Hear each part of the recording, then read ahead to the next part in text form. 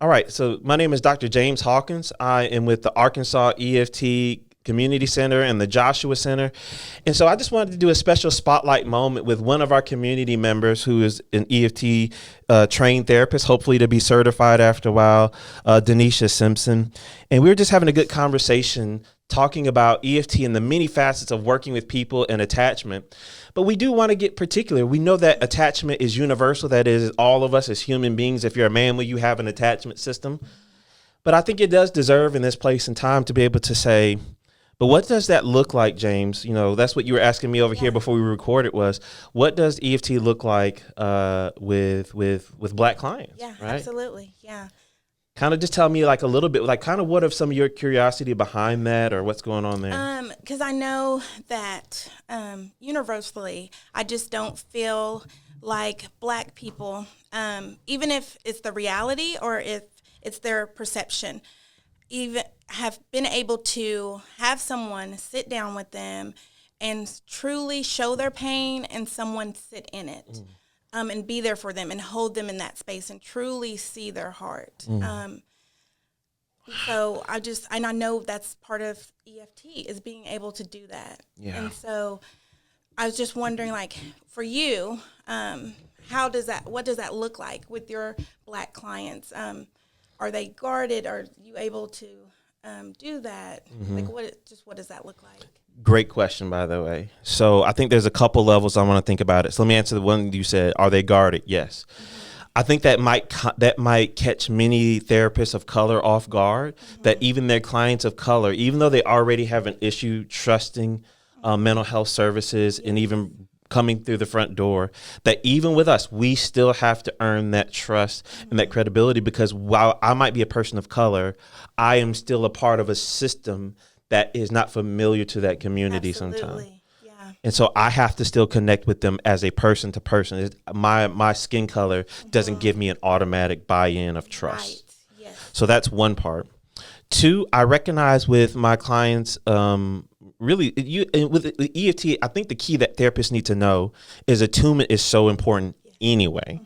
But what I have recognized is with my clients of color so far is there's a part where I'm usually in that formal process of going over business or doing assessment type stuff.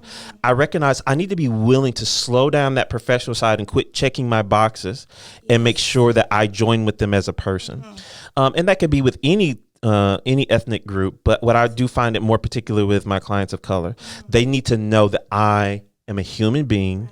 I'm not just Dr. Hawkins or LPC or whatever, LMFT, that I am a person and that I can connect with them. But I also do need to show them that I'm a professional who knows what I'm doing. Right. So there's that balance. It sounds like you go in there building that relationship. And rapport is very important. But at the same time, they're there for therapy. And so having the skills to help them on their healing journey. See, that's why I'm glad you're here. Great summary statement. That's exactly it.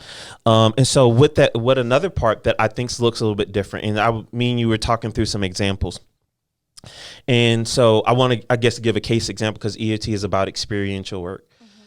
One thing that we need to be able to do as EFT therapists, period, no matter who you're working with, but I do recognize this with people of color, particularly here, is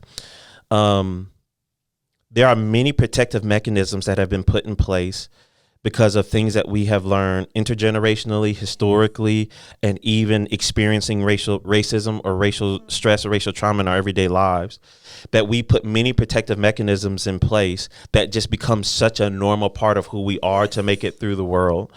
And so when you're a therapist, you have to be very careful of just only going for these longings and primary emotions and just kind of taking those protective places and just knocking them down and trying to blow past them, or almost shaming them or blaming those protective moves, or even being thrown off by them. Right. So an example for me is I was working with a Black male, a Black female. And I could tell that I was asking like, hey, how are you doing? And her verbal was, I'm fine. Her nonverbals was showing me she's not fine. Right, yeah. She's not fine. And as I was joining there and I was just checking in with what was going on in her life, I began to notice she was talking about some workplace issues that were kind of going on, how she felt unseen and heard, and these different types of microaggressions that come towards her. And I was like, so how do you cope with that? What is it like kind of experiencing that day in and day out? And I just kind of saw her posture go like, it's okay, I'm fine. Right. There goes that. They're her safe place, right? Like, I'm fine. I got it together. I'm okay. Right. Yeah. And so what I recognized in that place, wait, I get it. And so what I began to say, and I said, hey, I just want to stay here with you. And I can hear you saying you're fine, but I also saw you kind of do this. And that makes so much sense because that's probably what you have to do in your work environment. Like, it's like a part of you, I saw pain hit your eyes, but then I saw your body sit up and you kind of fix your suit a little bit, right? And it's, I have to be fine. It's like what I'm picking up is I have to be fine. I have to tuck it in, because if you can't just be fine and you can't tuck it in, and your emotions come out, what happened? Right. Oh, wow. I'm too emotional. I'm angry. I'm aggressive. Whew. So what you end up having to do is, even though something hits you and it hurts you, it's like, I've got to swallow that, because if I let it out, it's just going to cause more problems. So you just have to be fine. I mean, I can't even imagine what that's like. And I was like, I'm a black male, and I don't know what it's like to be a black female. But can I just try and walk in your shoes with you for a moment? And if I know things are hurting me, and I know that I'm a competent professional and I have things to say, or I feel like my humanity is being missed or hurt at times here, and I just have to keep swallowing that, and I can't show it, because if I show it, then it leads to more problems. Gosh, that just feels like that would just get heavy after a while. That's my experience. But what is your experience there? She's like, oh, James, you don't know. And then she starts, it is heavy. Yeah. It's this. And she starts telling, I was like, and I know you have to be strong. And it makes sense, because if you don't be strong, if you don't tuck it in, like, that's the thing that's kept you going all this time, that helped you get to this place where you got. But no one understands the toll of what it's like for you to do that day in and day out. But can I just be there with you in this place? But what is it like underneath that kind of nice suit, under that place where you tuck it in? What's going on underneath that? And then she just began to let her tears flow. Oh, wow. But it was because I had to honor her strength and her protection and all that, and how it has served her well to get to this place. So you were validating, like, all those defense mechanisms. You validated them. And she needs those. Yes, absolutely. And even in therapy was not to remove all of them, because I know this is funny. We can't just live wide open all the time. But it was like, you know what? How, even in this place where you feel like you have to do this in certain places, how can we create moments and pockets where you can even acknowledge your own pain and your own humanity? Because the last thing I would want to do is you have to get missed over and over and over by people around you, but then you can't even be present with you. Now that really sucks, that you can't even honor your own pain. Right. So how can at least we, underneath that protection, can you even be with you in your pain? And so we began to take therapy from that place. Y'all, James is good. He was sitting over here talking, and I was about to respond to him when he was like, what's that like for you in that space? I can even see that tear in your eye, right? Absolutely, yeah. And so I think what that means is, what I try and work with therapists is that we know we want to work with our people's protection, but with the people, I know there's a historical narrative to that. I know there's a present reality to that. And so sometimes what I've learned, Denise, and it's me growing in, let's make the implicit explicit. Right. And let's go ahead and let them know we see it. And we as a therapist, we have to take the lead in allowing them to bring their full humanity into the room. And what that means is, hey, this might not be a complete part of your story, but I'm just kind of curious in what's going on in this moment.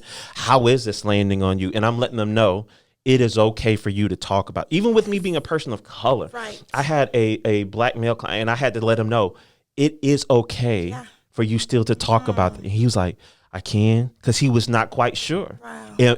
If James a part of the system, and he's going to reject me and judge me if I talk about this, because that's what I'm used to getting. Right. So I had to even help him feel safe that you can talk about that here.